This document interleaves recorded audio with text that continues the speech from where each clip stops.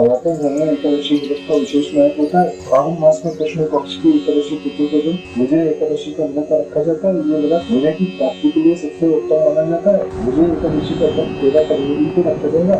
एकादशी तिथि पर भगवान विष्णु की विधिवत रूप से पूजा अर्चना की जाती है। फागुन मास में कृष्ण पक्ष की एकादशी कठिन से कठिन परिस्थिति में भी सफलता दिलाती है, इसलिए इस व्रत को विजय एकादशी नाम दिया गया है। विजय एकादशी व्रत के प्रभाव का अंदाजा इस बात से लगाया जा सकता है कि स्वयं भगवान श्री राम ने भी इस व्रत को रखा था। कहते हैं कि इस व्रत के प्रभाव से ही भगवान श्री राम ने लंका में विजय प्राप्त की थी। लेकिन क्या ये जानते हैं कि आखिर किस तरह करने की पूर्ति के लिए प्रभु श्री राम ने विजय एकादशी को व्रत रखा था? ऐसे ही जानते हैं लंका विजय से जुड़ी विजय एकादशी की उस पौराणिक कथा के बारे में जो वास्तविक महत्व और प्रभाव को दर्शाती है। श्री कृष्ण ने कहा है अर्जुन, फागुन मास की कृष्ण पक्ष की एकादशी का नाम विजय है। इसके व्रत के प्रभाव से मनुष्य को विजय शक्ति मिलती है। इस विजय एकादशी के महत्व के श्रवण व पठन से सभी पापों का अंत हो जाता है। देव ऋषि नारद ने जगत पिता ब्रह्मा जी से कहा कि हे ब्रह्मा जी, आप मुझे फागुन माह के कृष्ण पक्ष की विजय एकादशी का व्रत तथा उसकी विधि बताने की कृपा करें। नारद की बात सुन ब्रह्मा जी ने कहा, हे पुत्र, विजय एकादशी का व्रत पूर्व के पाप तथा वर्तमान के पापों को नष्ट करता है। इस एकादशी का व्रत मैंने आज तक किसी से नहीं कहा, परंतु तुम्हें बताता हूँ। यह उपवास करने वाले सभी मनुष्यों को विजय प्राप्त होती है। अब श्रद्धा पूर्वक इस कथा का श्रवण करो। श्री राम को जब 14 वर्ष का वनवास मिला तब वह भ्राता लक्ष्मण और माता सीता सहित पंचवटी में निवास करने लगे। उस समय महापापी रावण ने माता सीता का हरण कर लिया। एक दुखद घटना है। श्री राम जी और लक्ष्मण जी अत्यंत दुखी हुए और सीता की खोज में वन वन भटकने लगे। जंगल में घूमते हुए मरणानुसार जटायु के पास जा पहुंचे। जटायु ने उन्हें माता सीता के हरण का पूरा वृतांत सुनाया और भगवान श्री राम जी की गोद में प्राण त्याग कर स्वर्ग की तरफ प्रस्थान किया। आगे चलकर श्री राम लक्ष्मण की सुग्रीव के साथ मित्रता हो गई और वहाँ उन्होंने बाली का वध किया। श्री राम भक्त हनुमान जी ने लंका जाकर माता सीता का पता लगाया और माता से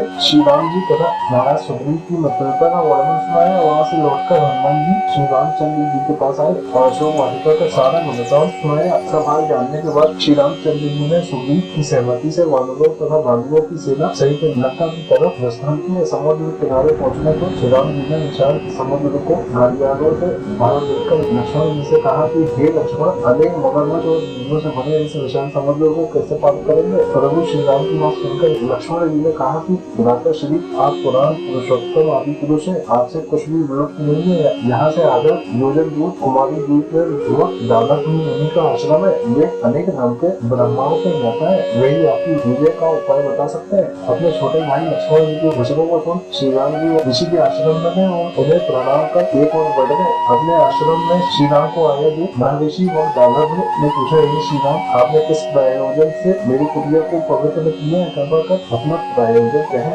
मुनि के मधुर वचनों को सुनकर श्री राम जी ने कहा कि ऋषिवर, मैं सेना सहित यहाँ आया हूँ और राक्षस राज रावण को जीतने की इच्छा में लंका जा रहा हूँ। कृपा कर आप समुद्र को पार करने का कोई उपाय बताए। आपके पास आने का मेरा यही प्रयोजन है। महर्षि और दानव ने कहा कि राम, मैं आपको एक अति उत्तम व्रत बतलाता हूँ जिसको करने से आपको विजय श्री अवश्य प्राप्त होगी। जिज्ञासु होकर श्री राम ने पूछा कि ये कैसा व्रत है मुनि श्रेष्ठ जिसे करने से समस्त क्षेत्रों में विजय की प्राप्ति होती है? इस पर महर्षि और दानव ने कहा है, श्री राम, फागुन मास के कृष्ण पक्ष की विजय एकादशी का व्रत करने से आप अवश्य समुद्र को पार कर लेंगे और तीनों तरह ही आपकी विजय होगी। हे मर्यादा पुरुषोत्तम, इस उपवास के लिए दशमी के दिन 16 चांदी, तांबे या मिट्टी का एक कलश बनाए। उस कलश को जल से भरकर तथा उसको पंच पन्ना में रखकर उसे वेदिका पर स्थापित करें। उस कलश के नीचे सतन अर्थात मिले हुए 7 अनाज और ऊपर जो रखते हैं उस पर विष्णु की स्वर्ण प्रतिमा स्थापित करें। एकादशी के दिन स्नान आदि से नवरत हो लोग दूध, नैवेद्य, नारियल